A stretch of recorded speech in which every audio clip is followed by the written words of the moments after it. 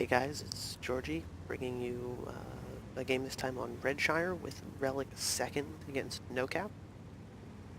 Um, Relic Second was also a participant in the campaign. They did quite well for themselves, so this was one of their better games on a map that Main didn't really get a whole lot of play on. And I actually like Redshire a lot. What you're going to see here is a pretty typical Redshire play. You always want to make sure you have like one arty, you don't just because of how campy the map can be, or how slow, I guess, is a better way of saying the map can be.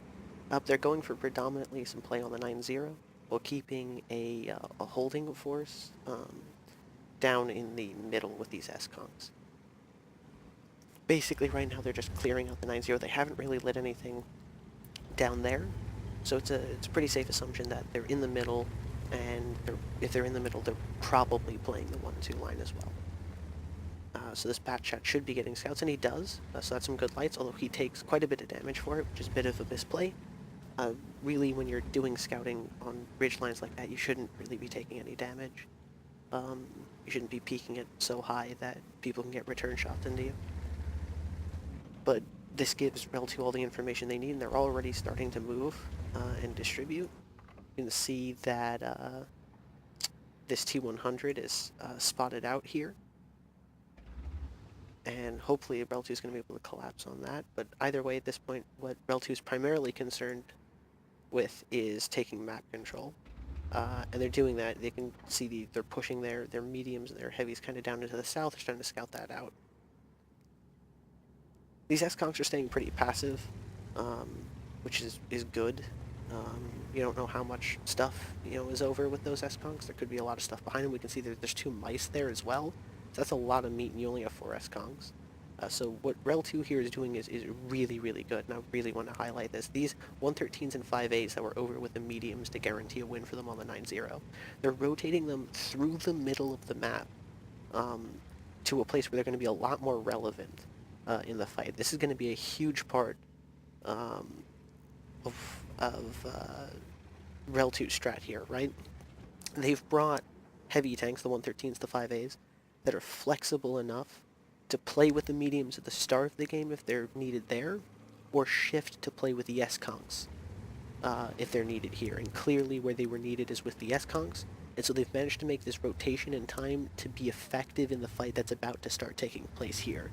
NOKAP has mediums coming out on the 1-2 line. They were there to support their heavy tanks in the middle, and they've pushed out quite poorly. They've bled a lot of HP right now. They've managed to get 1 bat chat for it, but they've thrown away a tank of their own, along with quite a bit of their HP. So these S-Kongs on the enemy team are pushing up to try to support their mediums. They need to get involved to punish our S-Kongs, and this is where that rotation with those 113s, the 5As, really comes in. They lose a tank, and they bleed a whole lot of HP. And because these heavy tanks were rotated in, these 113s, these 5As, NOKAP's heavies, those S-Kongs, those mice, can't come to help their mediums. They're trapped, right? They have to cross this firing lane the 5As and the 113s control. And with the control in the south that these mediums have, the 5As really can't be pushed on either, right? So they've got support from the tanks behind them as well as the S-Kongs. So despite the score line, it's now 4-4. REL2 is actually in a much stronger position here.